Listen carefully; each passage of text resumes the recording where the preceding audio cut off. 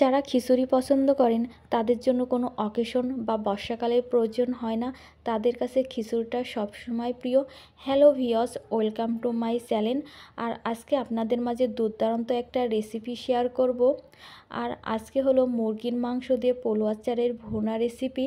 তাই ভিডিওটা না কেটে সম্পূর্ণ ভিডিওটা দেখেন আর আমি কিভাবে আজকে ভুনা খিচুড়িটা তৈরি করে। অনেক সময় যাদের ভুনা খিচুড়ি করতে যেয়ে ভাতটা নরম হয়ে যায় তাদের জন্য দুইটা টিপস শিখিয়ে দিব। আমি এখানে 2 পাট মতন পলুয়া চাল নিয়েছি। আর চালগুলো যে কোনো মুদির দোকান বা সুপার শপে পেয়ে যাবেন। চালগুলো এখন আমি ভালো করে ধুয়ে পানি ঝরাতে রেখে দিব। আর এখানে আমি 1 কাপের একটু কম মুগের ডাল নিয়েছি, আর মুগের ডালগুলো আগের থেকে ভেজে নিয়েছি। আর এখানে 1 কাপের অর্ধেক হাফ কাপ মতো মসুরির ডাল নিয়েছি। আর কড়াইতে তেলটা ভালোভাবে গরম হয়ে গেলে আমি এখানে চালগুলো দিয়ে একটু ভালো করে ভেজে নিব। আর যারা পোলাও রান্না করতে গেলে নরম হয়ে যায়, পারফেক্টভাবে খিচুড়িটা শক্ত হয় না, তাদের জন্য দুইটা কথাই বলবো যে ভালো করে চালটা ভেজে নেবেন আর অবশ্যই পানিটা ভালো করে ফুটিয়ে নেবেন। দেখবেন আপনার পোলাওটা বা খিচুড়িটা একদম পারফেক্টভাবে হবে, কোনো নরম হবে না। আর আমার চালটা ভাজা হয়ে গেছে, আপনারা দেখেই বুঝতে পারছেন। এখন আমি একটা পাত্রে উঠিয়ে নিব। আর ওই কড়াইতে কিছুটা তেল দিয়ে এখানে আদা, রসুন, পেঁয়াজ বাটা, জিরে বাটা দিয়ে আর 4টে শুকনো মরিচ দিয়ে আমি এটা ব্লেন্ড করে রেখে দিয়েছিলাম। এখন তেলের পরে দিয়ে এটা ভালো করে কষিয়ে নিব, যাতে করে রসুন আর আদার কাঁচা গন্ধটা না থাকে। মোটামুটিভাবে কষানো হয়ে গেছে।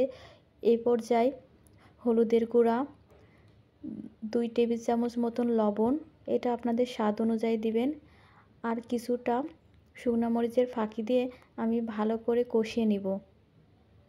কষানোটা হয়ে গেছে, উপরে তেল ছড়িয়ে দিয়েছে।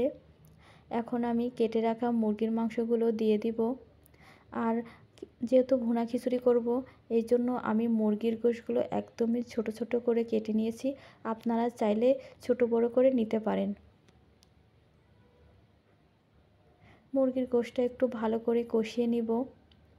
এখানে আমি কিছু মশলা ইউজ করছি, জয়ত্রী, দালচিনি, বড় এলাচ, ছোটো এলাচ, গোলমরিচ আর গোটা চারিক তেজপাতা দিয়ে ভালো করে কষিয়ে নিব। আর মুরগিটা যত কষাবেন ততই খিচুড়ির টেস্টটা দ্বিগুণ আসবে, তাই অবশ্যই ভালো করে কষিয়ে নেবেন। আর এখানে আমি 1 টুকরো লেবুর রস দিয়ে দিব। আপনারা চাইলে এটা স্কিপ করতে পারেন, কিন্তু দিলে ভালো হয়। দিয়ে এখন আমি 2-4 মিনিট মতন একটু ভালো করে কষিয়ে নিব। আর কষাতে গেলে কালারটা বা দেখেই আপনারা বুঝতে পারেন যে কিভাবে কতটুকু কষাইতে হয়। কষানোটা মোটামুটি হয়ে গেছে। এখন মুরগির গোশটা আমি একটা পাত্রে উঠিয়ে নিব। আর ওই পাত্রে 1 কাপ মতন পানি দিয়ে মুগের ডালগুলো 1-2 মিনিট মতন রান্না করে নিব।